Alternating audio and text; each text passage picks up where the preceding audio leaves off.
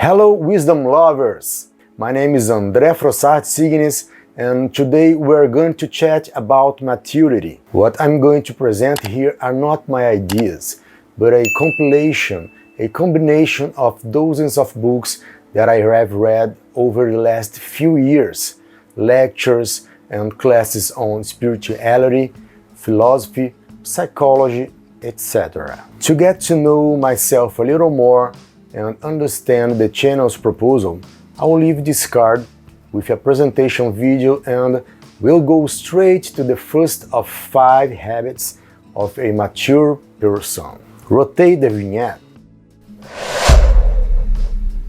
First characteristic of a mature person: care less about the opinions of others. Read carefully the name of this habit behavior of a mature person that I list as the first topic. Care less about the opinions of others. This is totally different from not caring about other people's opinions. There's a big difference there. Be very careful with people who say they don't care about other people's opinions. This is a danger.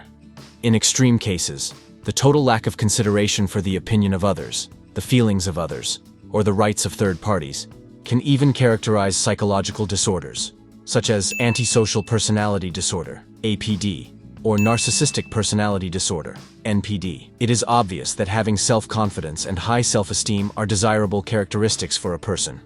However, as I always say and repeat here on the channel, anything in excess is dangerous. You know that type of person who has such high self-esteem that they become detached from reality. That guy who's on the 3rd step and thinks he's on the 30th floor? Caring less about other people's opinions has nothing to do with this type of posture, nor with excesses that border on pathology. That's not the point. Too much of everything is harmful. Even drinking too much water can be harmful.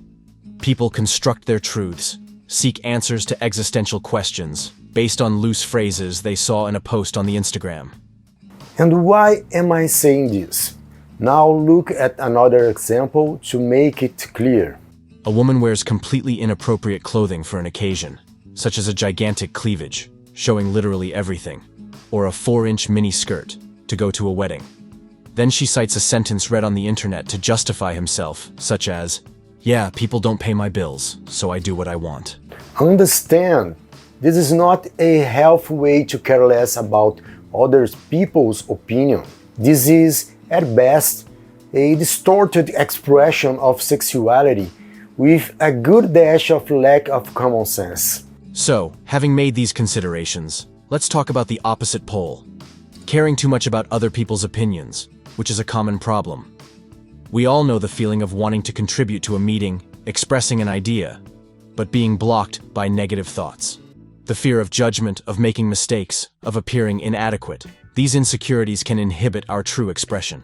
A more technical explanation and a little theory will help us understand how this balance between caring too much versus not caring about other people's opinions should work. We agree that there must be a middle ground, right? According to Freud, one of the instances of our mind is called the superego, which is nothing more than the voice of morality and socially expected conduct that has already been assimilated by us. The superego develops over time through the internalization of norms, values, and expectations from society, as well as parental figures, etc. So, know that every time you get stuck, you are blocked by the fear of making mistakes, of not being liked, by the fear of other people's opinions. It is your superego stopping you. It is the part of your mind that throughout your life has kept idealized standards of conduct, standards of morality, of right and wrong. We learn this at school, at church, from parents and family, in movies, even in cartoons. To know in more detail the instance of our mind, according to Freud, I will leave on the card and in the description the link to a video I made explaining this. The name of the video is Uncovering the Function of the Mind, a journey through Freud's concepts. Okay? Continuing our reasoning, a person who is very shy or who suffers from glossophobia, fear of speaking in public, consults this database of social standards, what success is, what speaking well is.